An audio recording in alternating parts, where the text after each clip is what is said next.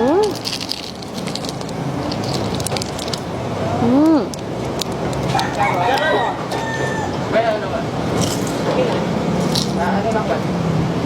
Natikman nyo na ba tong nagtitrending na chicharon bulaklak na napakalaki? Ako kasi hindi pa, kaya tara, kain tayo. Minsan nga napapanaginipan ko na ang chicharon bulaklak, kaya naman nagpunta na ako dito. At naabutan pa nga namin sila na nagluluto ng mga chicharon bulaklak. Pinapakuluan daw nila to sa tubig hanggang lumabas yung mantika. At diretsyo na nila piniprito sa sariling mantika. Napakadaming mantika talagang nilalabas ang chicharon bulaklak. Kaya sa mga may high blood dyan, nood na lang muna. May lechon baboy din pala sila dito. At ayan nga, naabutan din namin na may nililechon. Araw-araw sila naglilechon, tapos may mga nakabilad dito sa labas nila. Tapos pinapahiran pa nila to ng mantika.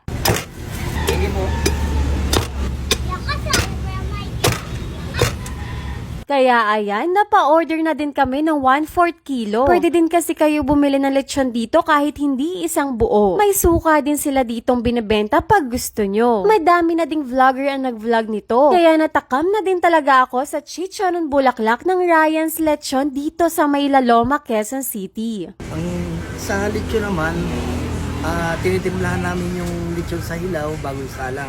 Nilalagyan namin ng mga spices tsaka lemongrass. Tapos sinasalang namin yan, yung maliit naluluto ng mga 2 oras, yung mga katamtaman mga 2 kalahati hanggang 3 oras. Tapos yung malaking-malaki naman inabot hanggang mga 5 hanggang 6 na oras sa pagluto. Yung sa bulaklak naman, ang proseso naman, sinasalang namin ng hilaw sa mantika na diretso, maluto siya mga hanggang 2 oras. Tapos piniprito na po sa sarili. Tsaka sarili yung mantika na talaga.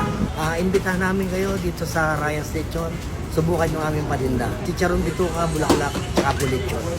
Nag-start po kami ng alas 7 ng umaga hanggang alas 7 hanggang alas 8 po ng gabi. At ayan na, matitikman na natin ang chicharon bulaklak na napakalaki. Meron din tayong chicharon bituka at lechon baboy with lechon sauce. Kaya tara, kain na tayo! So ayan guys, matitikman na natin ngayon yung kanilang chicharon bulaklak. So chicharon bulaklak muna tayo. Ayan, grabe, napakalaki ng chicharon bulaklak nila dito. Ngayon lang ata ako nakakita ng ganitong kalaking chicharon bulaklak kasi mostly yung kinakain ko chicharon bulaklak, yung maliit pa dito. As in parang wala sa kalahati, parang 1/4 lang ata nito. Anyways, tikman na natin yung chicharon bulaklak dito sa Ryan's Lechon.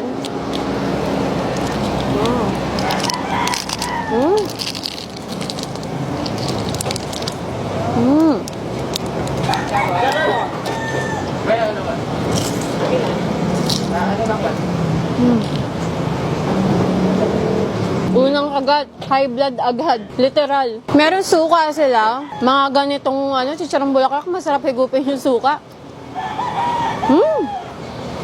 Kakaiba yung suka nila. Anong suka po to? Tuba? Yung suka nila dito guys, tuba. Sasaw natin.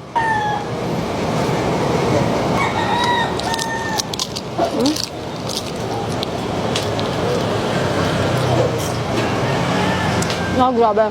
Sobrang lutong ng balat guys. Tapos, grabe yung taba. Ang lambot. Crunchy tapos malambot. Perfect pampulutan.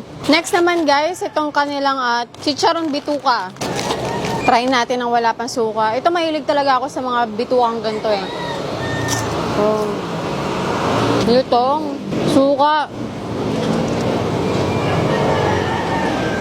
Sarap to talaga sa suka. Minsan pag bumibili ako ng ganito, may plastic. Tapos, hinahalo ko na yung suka doon sa bituka, tapos sinaalog ko para nanunuot talaga yung suka dito sa bituka. Sarap.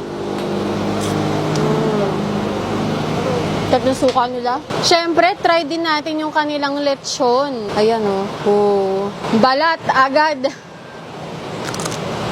Lutong. Tapos sa pagkalutong niya guys, hindi siya yung makunat na lutong Hindi rin siya yung matigas na lutong. At wala din lasang yung parang sunog na lutong. Talagang malutong siya, malasa. At ang pinagmamalaki nila dito sa Ryan's Lechon ay yung kanilang sausawan or yung liver sauce sila. So syempre, try din natin.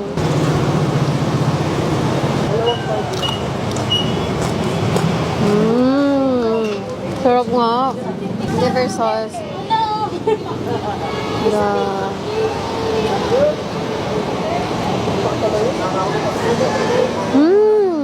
Napakalambot ng lechon baboy nila dito.